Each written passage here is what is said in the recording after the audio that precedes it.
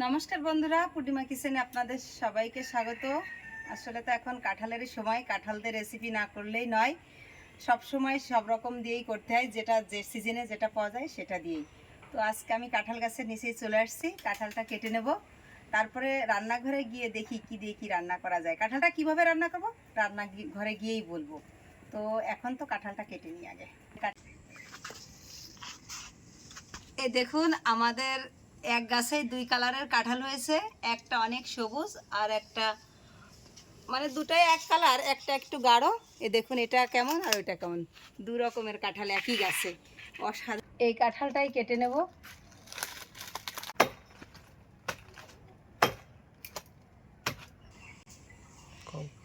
এ দেখুন কাঁঠালে কি কষ, কথায় আছে না, কাঁঠাল চোরের মাথায় আঠা।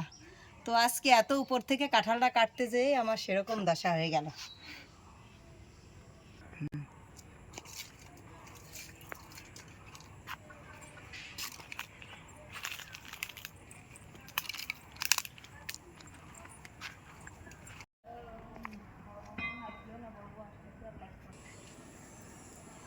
জাতীয় ফল আর জাতীয় মাছ, বাংলাদেশে তো জাতীয় ফল কাঁঠাল আর জাতীয় মাছ হচ্ছে ইলিশ মাছ। তো আজকে আমি এই কাঁঠাল দিয়ে আর ইলিশ মাছ দিয়ে রান্না করি। কিভাবে রান্না করব প্রথম থেকে শেষ পর্যন্ত দেখতে থাকেন। ভালো লাগলে লাইক কমেন্ট সাবস্ক্রাইব করতে একদম ভুলবেন না। লাইক সাবস্ক্রাইব তো অবশ্যই করবেন, বেশি বেশি করে শেয়ার করবেন, পাশে থাকবেন।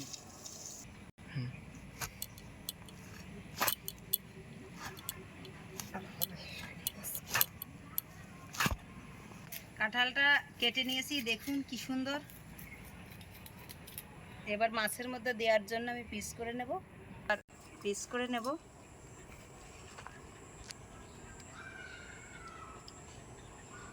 ইলিশ মাছ খুবই টাটকা।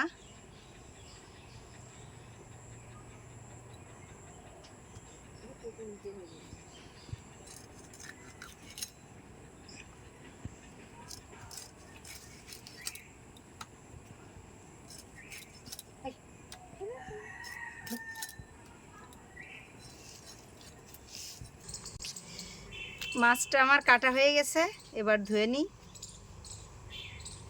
আমার ধোয়া হয়ে গেছে, এবার তুলে নেব।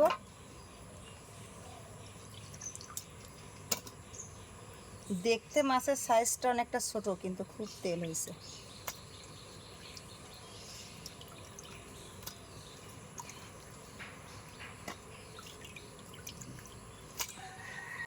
কাঁঠালগুলো আমি এই সাইজই কেটে নিলাম।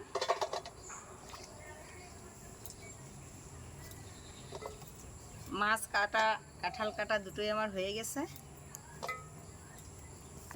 কাঁঠালটা আমি একটু সিদ্ধ করে নেব। কড়াইতে দিয়ে দিচ্ছি জল, কারণ একদম কচি কাঁঠাল তো, তাই সামান্য একটু ভাপিয়ে নেব। জলটা গরম হয়ে গেছে, কাঁঠালটা দিয়ে দেব।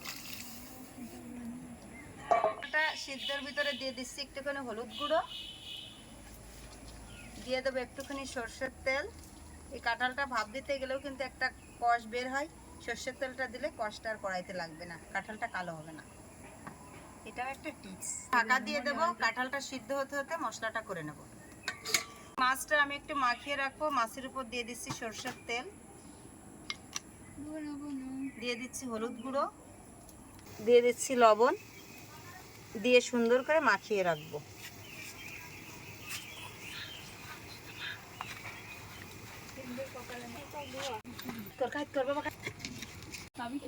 গোটা জিরে, এই গোটা জিরে কটাই বেটে নেব।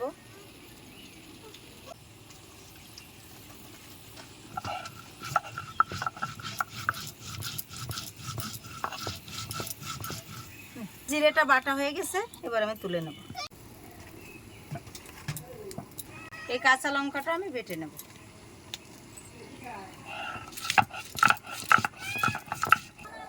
এই কাঁচা লঙ্কার মধ্যে একটুখানি আদা দিয়ে বেটে নেব।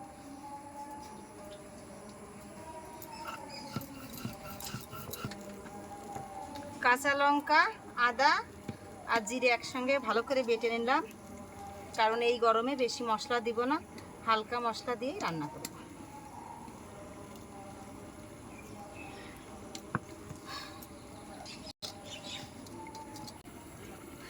কাঁঠালটা সিদ্ধ করতে করতে মশলাটা বাটা হয়ে গেল। এবার দেখি কাঁঠালের কি অবস্থা।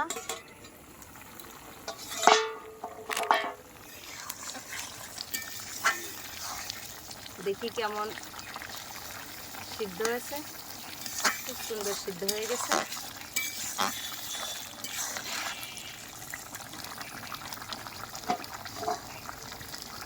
ডালনে ঢেলে নেব।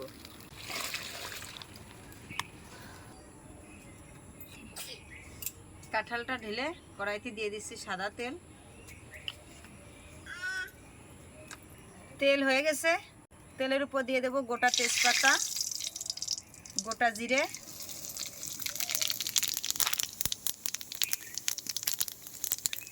তারপরে কাঁঠালটা ফেলে দেবো।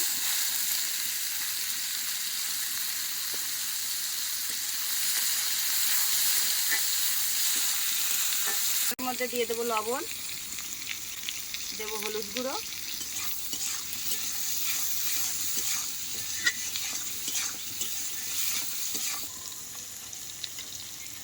কাঁঠালটা আমার ভাজা হয়ে গেছে।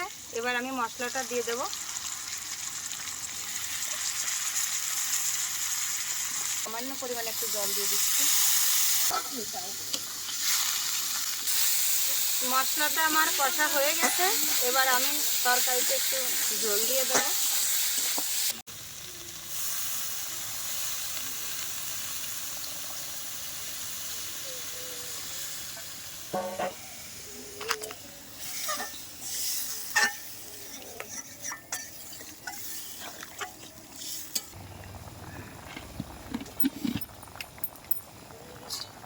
দেখুন কি সুন্দর তরকারিটা ফুটছে। আমি কিন্তু ইলিশ মাছটা ভাজিনি, শুধু মাখিয়ে রেখেছি। যে মাছটা মাখিয়ে রেখেছিলাম সেই মাছটা দিয়ে দেব।